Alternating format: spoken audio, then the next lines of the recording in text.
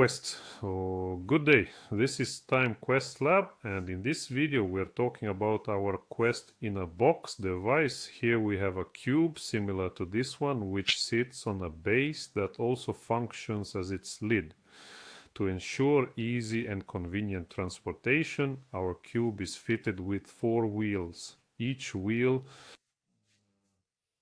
It can be securely placed on a brake mechanism, ensuring it won't roll off unexpectedly, and allowing for its smooth and effortless relocation throughout the entire area. The cube receives its power through a 220-volt cord, which conveniently plugs into any common standard electrical wall outlet. Furthermore, a 110-volt version can also be readily implemented and made available if specifically required. Every single face of the cube is a small, intriguing mystery, with the top face being no exception. And on top of that, we also have some additional devices, which are, that is to say, things like riddles, puzzles, and other supplementary elements. Parts for the cube, which can be given out separately as individual tasks, and so on. This whole concept can be greatly expanded far beyond the confines of this single cubic meter. The cube itself, once it's connected, begins to broadcast a Wi-Fi network to which you can easily connect with any device you have, a laptop, a tablet, or a phone. It truly doesn't matter. And right here we gain access to all its settings and comprehensive control options. At the very top you'll find the audio file management section. This means you can adjust the volume, play a specific track, or even stop them entirely. When solving each puzzle, a small sound effect plays automatically, but background music can be switched on manually. Any music can be set. Also, we have, it's inconvenient to film with one hand. Next, we also have connected modules here. The connected modules, if they are properly online and the system is able to detect them, will appear in a green color. And each individual module has its own unique puzzles as well as locks, which you can also open and close directly from your tablet device. The puzzles themselves can be skipped remotely and so on. And you have the option to reset each module independently or even all modules simultaneously. There is, you see.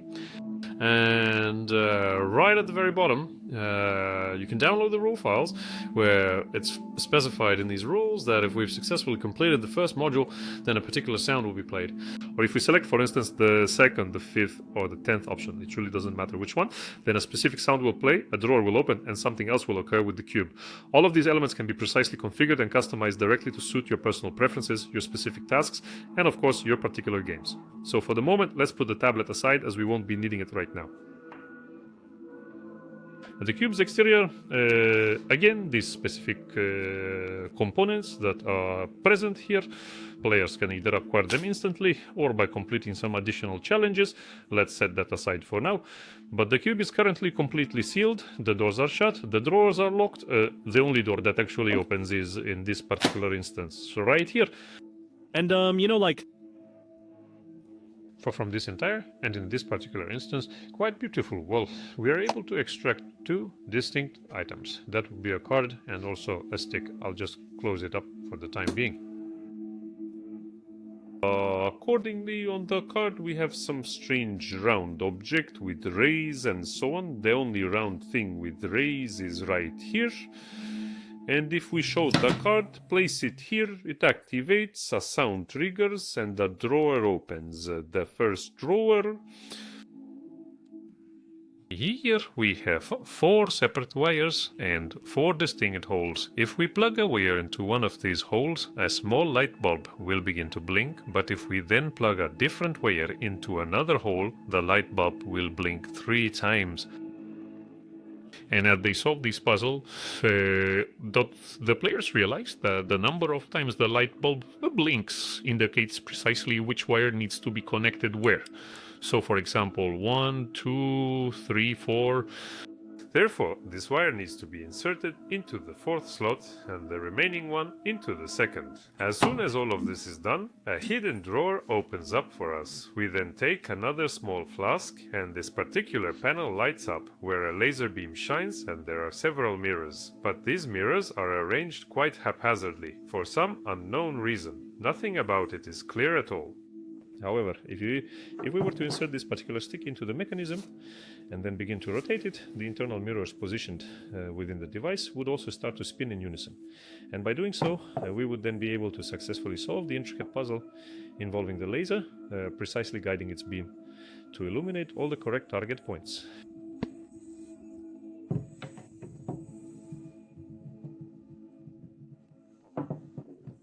Everything here is completely turned upside down. We need to guide it. We need to guide it. Right over here. The main objective, the primary goal we have, is to hit with the laser.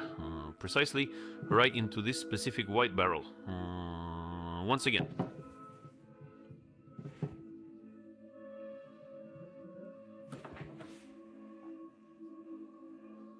And once everything has been done correctly, you can then proceed to solve the puzzle. But if we encounter some unexpected situation, such as the one that has just occurred, we then proceed to take the flask, the tablet, and first and foremost, we are able to adjust the sensor's sensitivity right here. At this moment, it appears to be calibrated a little too high. Alternatively, we have the option to simply bypass this entire puzzle remotely. So, in this particular scenario, we've successfully navigated past the laser beam and it has indeed deactivated, but unfortunately, no door has opened for us. More accurately, nothing opened. The only thing that actually lit up for us was this specific button right here. Previously, it didn't illuminate, but upon pressing it, the fan begins to rotate. At this moment, a mere exposed fan doesn't really provide us with much utility. Players discover a similar looking container, realizing that there's something concealed within and that somehow it must be possible to open it. However, these components simply won't unscrew, and even vigorous shaking proves to be entirely unhelpful. And if we simply give it a gentle turn, just a tiny bit, then we can open up this very special little box, and inside, hidden away, we discover a rather unique flashlight. This flashlight, as you'll soon see, is certainly not an ordinary one. If we were to shine the light directly onto the fan, and the fan itself begins to rotate, then the flashlight would illuminate the specific blades that are correct, and on those blades the accurate numbers would become clearly visible. But right now, unfortunately, I won't be able to demonstrate this with just one hand. And what's more, this effect unfortunately doesn't really come across on camera. It's only visible. You can only truly see it live with your own eyes, with the naked eye. So you'll just have to take my word for it on this one. However, you can clearly see the numbers here. 3 distinct digits: 3, psi, 5, and 9. The only place we have numbers in the cube that we can access is these switches here. And if we turn on the 3rd, 5th, and 9th switch and turn off the unnecessary ones, then a drawer opens here and another drawer opens here. Here we find yet another flask. Can you ever have too many flasks? And this green piece of paper. Regarding those matters, we will definitely address them a little later. But right here, a curious little mystery has just appeared. Alright then, this is precisely the moment where it becomes essential to formulate the appropriate mathematical equation. What I'm trying to convey is that we presently possess 6. So, 6, 8, 9, and 3. We need to get 25 from these numbers, if we accordingly thus... The answer to this is quite simple. If we subtract the number 8 from 6, we will certainly get a minus 2. And in this case, we need 9 multiplied by 3, because multiplication takes priority. Therefore, the calculation yields 27 minus 2 plus 27, and the final result is 25. The solution worked, and because of that, the door opened. But otherwise, you just need to remember to reset all the riddles before the puzzle begins. So, to recap, we have a door, and we have several flasks, and we have this green card right here. In this particular puzzle, if we pull on the strings, a magnet begins to move. As the magnet moves, a small magnetized washer, which is attached to it, also travels along. Our main goal is to successfully guide this little washer from its starting position at the very bottom of the puzzle, all the way up to the very top. But right here, we have a special dark zone, where you can't see anything at all. But if we place this green card right here, then we can clearly see the tracks. These are magnetic tracks, and this particular point, in this case, is actually our puck. we'll as well pull it down. Of course, everything will demagnetize for us, but if we pull it back up, then using these tracks, we can smoothly pull the puck all the way up. Well, not that smoothly, it will take some time, but nevertheless. And we bring it to the finish line. As a result of this, another flask opens for us.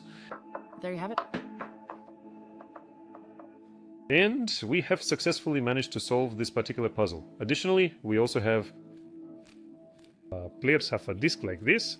The key inside are metal balls, and if you turn it in different directions in a specific combination, there's a labyrinth inside. Then we can get these balls out.